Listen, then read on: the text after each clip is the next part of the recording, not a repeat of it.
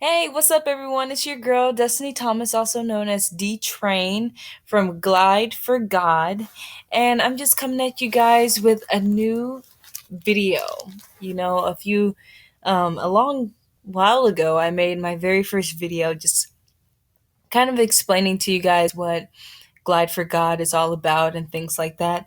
But now I'm just coming at you guys with this new message that's very important for those of you who are really, really wanting to begin your relationship with God, begin your relationship with Jesus, and start your walk, and things like that. So I know a lot of you are probably wondering, how do I get to that point of just knowing who God is? How do I get to that point of just being able to follow him? Where do I start? Whenever you're like cleaning up your room or something, it's just such a mess, and you're like, do I start in this corner? Do I start in that corner? Like, where do I even start? Well, this is kind of the same thing. Like, your life has just been in a big mess. You don't know what to do or where to start to clean it up. Well, first you start with Jesus. Um, and I know it sounds cliche, but it's true. You start with Jesus. In order to clean your life up, and if you want to begin to start doing things for God, you start with Jesus, and you say a prayer. You say the sinner's prayer. You're like, God, I'm dedicating or rededicating my life to you. And of course, that's kind of like the start that you need to have if you're a new Christian, newly converted, or if you're a Christian but your life wasn't all that Christian like. So it starts with just a simple prayer. And that's the very first step. Just by getting down on your knees or, wherever you are, whatever you're doing, just pray. And I'm sure you guys heard this before, but if you haven't, here it is. Prayer is conversation. It's a conversation with God. And if you think of a conversation, it means you're talking to Him and He's talking to you. So you're just taking out that time in your day, an hour or even 1 minute. Just take out that time and talk to God. Tell Him how you feel. Let Him know that, God, I really want to start doing things for you. And just dedicate your life to Him or rededicate your life to Him. Next step of starting your path with God is this. See this? This is called the Holy Bible, okay? And, I hope you guys don't think that you can get through life without this. Because of course you need Jesus, but this is his blueprint, this is his instructions for us. If you guys are wondering where to start in the Bible to read, because this is a very hefty book, it has so much information in it. And you're like, where do I even start with that? Like, what book of the Bible do I start? Well, if you guys can look in the table of contents in your Bible, you could see that you can start with very important scriptures, Bible books like the book of Proverbs, which is known as the book of wisdom. It was written, I believe, by David, um, and also Psalms. But yeah, the book of Proverbs, like I said, is the book of wisdom, and you go into the book of Proverbs to kind of get an understanding of what following God is, and how it even says in the book of Proverbs that fearing God is the beginning of wisdom. Once you finally come to that point of surrendering yourself to God and actually fearing Him, then that's when you begin to realize things in your mind. You begin to realize that this life is so much more than what I'm living and things like that. So, yeah, starting in the book of Proverbs is very, very important. Also, you can go into the book of Psalms. Like I said, it's the book of praise. It's just different psalms and praises that were lifted up to God. It can also help you just understand what it was like in those times, the passion that the people had, that David had towards God. And, it just gives you a deeper understanding. And of course, in the New Testament, you can never ever go wrong with the Gospels, which is Matthew, Mark, Luke, John. And those are just books of the Bible that are told from different point of views of Jesus's disciples. Ultimately, you learn about how Jesus died on the cross for your sins. You can't go wrong in the New Testament, but um, definitely you will come to a better understanding of who Jesus is and what he did for you. How he died on the cross. And you'll hear a bunch of parables and things like that Jesus told, and the miracles even that he performed to show the people the way. And even simply going to John 3:16 will give you a better understanding of Jesus's relationship and his relationship with God and how they're one person and things like that. So you guys will come to better understandings the more you read this book. But those are just Bible books to start with. Those aren't the only books of the Bible that you should read. But to start off, you should go to Psalms, Proverbs, and the Gospels just to start off, have a fresh start. So yeah, purchase yourself a Bible, or if you have a Bible somewhere laying around in your house, this is what you need. Next, you want to find yourself with something like this. This is called a journal. In this journal, you can write down all kinds of things that you learn, all kinds of things that you interpret from the Bible or from God. If Jesus speaks something in your heart or in your mind or in your soul, then this is where you should keep all of those documents, all those records of what God has done for you. And I know a lot of you out there probably aren't journalists or people who just like to write, but even something as simple as like making a video, like what I'm doing, or just something among those lines, to where you can document everything that God is telling you, because it's so important. And this is when you grow deeper in your relationship with God, and when you go deeper into the Bible, deeper into His Word. Because like I said, you want to have a good start, but you don't want that to be the only time you read those books of the Bible, because every time, I don't care how many times I've read Proverbs, Psalms, or the Gospels, I learn something new every time.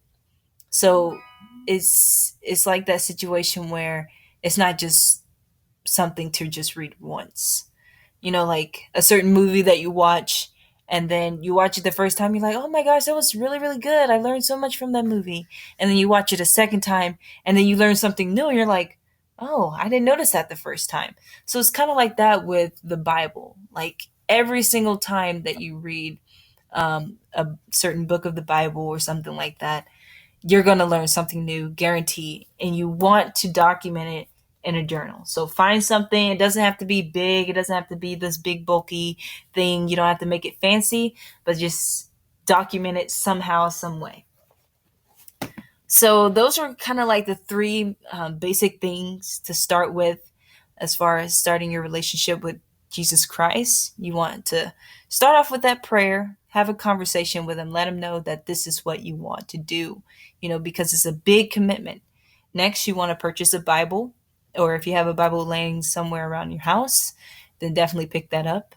And you want to start in the book of Psalms, Proverbs, or the Gospels, whichever order you want to go. And then you want to branch out to other books of the Bible to learn more as well.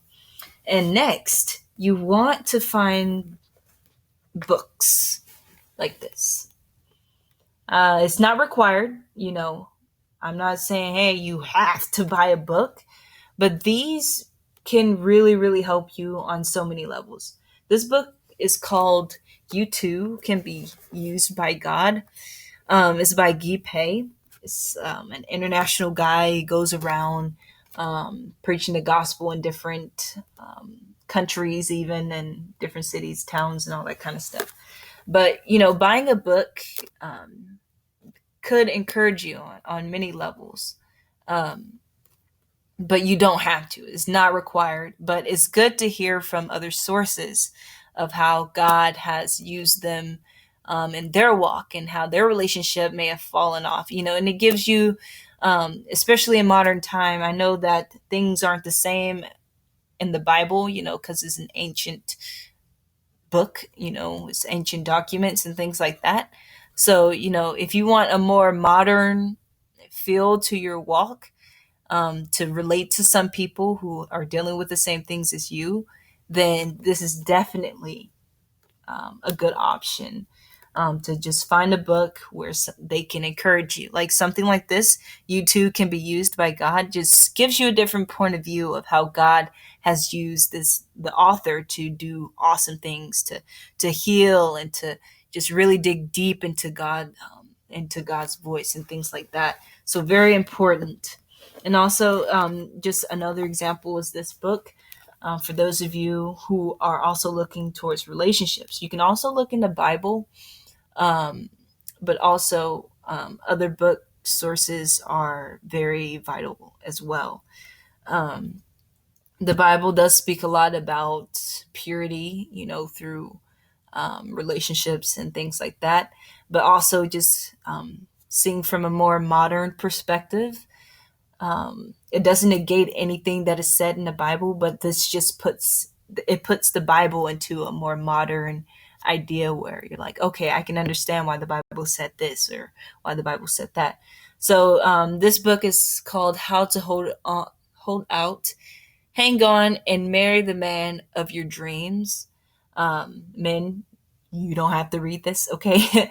But it's just, if you're looking for God to send you to the right spouse, to the right partner, then definitely books like this are good because you get a firsthand perspective of how someone has found their mate and things like that. So also another thing. But yeah, so those are kind of the basics, and then you kind of branch out into other things by reading other books and things like that.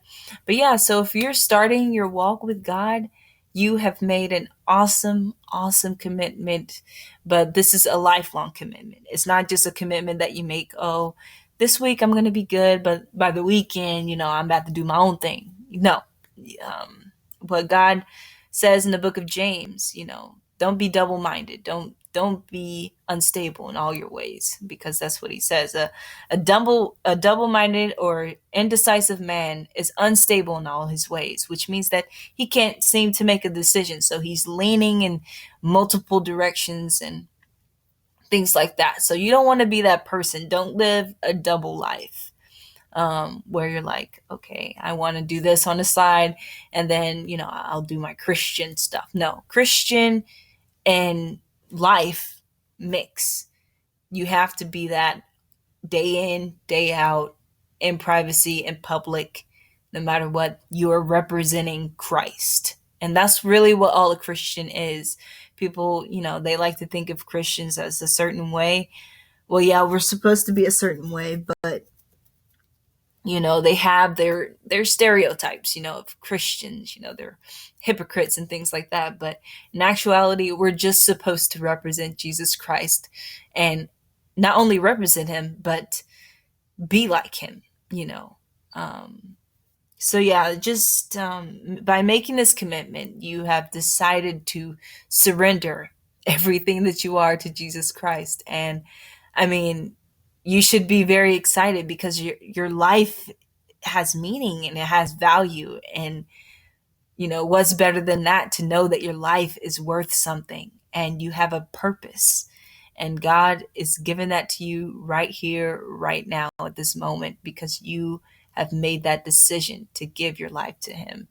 And he's excited, he's happy.